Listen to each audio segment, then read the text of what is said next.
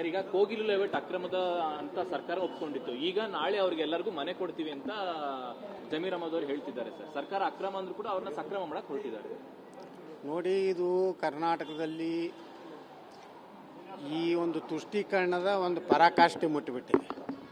ಸಿದ್ದರಾಮಯ್ಯನವರು ನಿಜವಾದಂಥ ಕನ್ನಡಿಗರಿಗೆ, ಮೂಲ ನಿವಾಸಿಗಳಿಗೆ ಪುನರ್ವ್ಯವಸ್ಥೆಯನ್ನು ಮಾಡಬೇಕು, ವಸತಿ ಸೌಲಭ್ಯ ಮಾಡೋದು ಬಿಟ್ಟು ಏನೋ ಕಾಂಗ್ರೆಸ್ಸಿನ ಹೈಕಮಾಂಡು ಮುಖ್ಯಮಂತ್ರಿ ಉಪಮುಖ್ಯಮಂತ್ರಿಗೆ ವಾರ್ನಿಂಗ್ ಮಾಡಿದ್ರಿಂದ ಇಲ್ಲಿಯ ಲೋಕಲ್ಲೂ ಅಲ್ಲ ಅವರು, ಮತ್ತು ಭಾಳ ವರ್ಷಗಳಿಂದ ಇದ್ದವರು ಅಲ್ಲ, ಮತ್ತು ಅದರಲ್ಲಿ ಸಾಕಷ್ಟು ಅವರ ಯಾವ ಉದ್ದೇಶದವರು ಯಾರು ಏನು ಅನ್ನೋಂಥದ್ದು ತನಿಖೆ ಮಾಡದೆ ಕೇವಲ ವೋಟ್ ಬ್ಯಾಂಕ್ ಸಲುವಾಗಿ ಇವತ್ತೇನು ರಾಜ್ಯ ಸರ್ಕಾರ ನಿರ್ಣಯ ಮಾಡ್ತಾಯಿದೆ, ಇದನ್ನು ನಾವು ವಿರೋಧ ಮಾಡ್ತೀವಿ.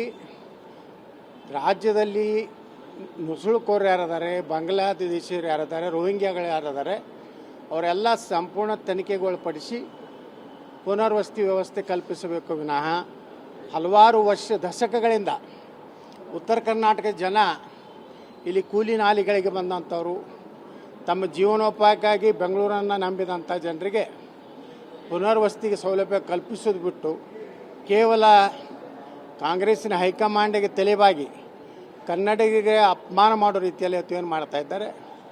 ಇದನ್ನು ನಾನು ತೀವ್ರವಾಗಿ ಖಂಡಿಸ್ತೇನೆ. ಕ್ರಮವಾಗಿ ಬಾಂಗ್ಲಾ ವಲಸಿಗರ ವಿರುದ್ಧ ಹೋರಾಟ ಮಾಡೋದಂತ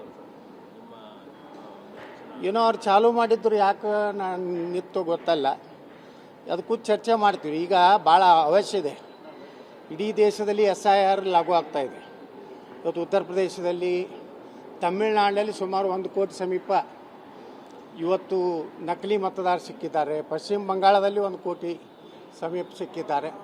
ಕರ್ನಾಟಕದಲ್ಲಿಯೂ ಸಹ ಈ ನಕಲಿ ಮತದಾರರು, ಬಾಂಗ್ಲಾ ರೋಹಿಂಗ್ಯಾಗಳ ಒಂದು ಮತದಾರರು ಅದಾರ ಅನ್ನುವಂಥದ್ದು ಈಗಾಗಲೇ ನಾನು ಬಿಜಾಪುರ ಜಿಲ್ಲಾಧಿಕಾರಿಗಳಿಗೆ, ವಿಜಯಪುರ ಒಂದೇ ವಿಧಾನಸಭಾ ಕ್ಷೇತ್ರದಲ್ಲಿ ಸುಮಾರು 19,000 ಜನ ನಕಲಿ ಮತದಾರ ಸಿಕ್ಕಿದ್ದು ನಾವು ಪೂರ್ತಿ ಮಾಹಿತಿಯನ್ನು ಕೊಟ್ಟಿದ್ದೇನೆ. ಅದೇ ರೀತಿ ಕರ್ನಾಟಕದಲ್ಲಿಯೂ SIR ಪ್ರಾರಂಭ ಆಗಬೇಕು. ಮತ್ತು ಇಂಥ ಏನು ನಕಲಿ ಮತದಾರರು ಬರೀ ಅವ್ರನ್ನ ಕೈ ಬಿಡೋದಲ್ಲ, ಈ ಭಾರತದ ಗಡಿ ಆಚೆಗೆ ನುಗ್ಗಿಸಿಕೊಡುವವರಿಗೆ ಸರ್ಕಾರ ಕ್ರಮ ತಗೋಬೇಕು. ಅವ್ರು ಹೋಗದೇ ಇದ್ದರೆ ಬಾಂಗ್ಲಾದಲ್ಲಿ ಯಾವ ರೀತಿ ಹಿಂದೂಗಳನ್ನು ಕೊಲೆ ಮಾಡ್ತಾಯಿದ್ರೆ ಅನಿವಾರ್ಯವಾಗಿ ಭಾರತದ ಜನನೇ ಕೊಲೆ ಮಾಡೋ ಪರಿಸ್ಥಿತಿ.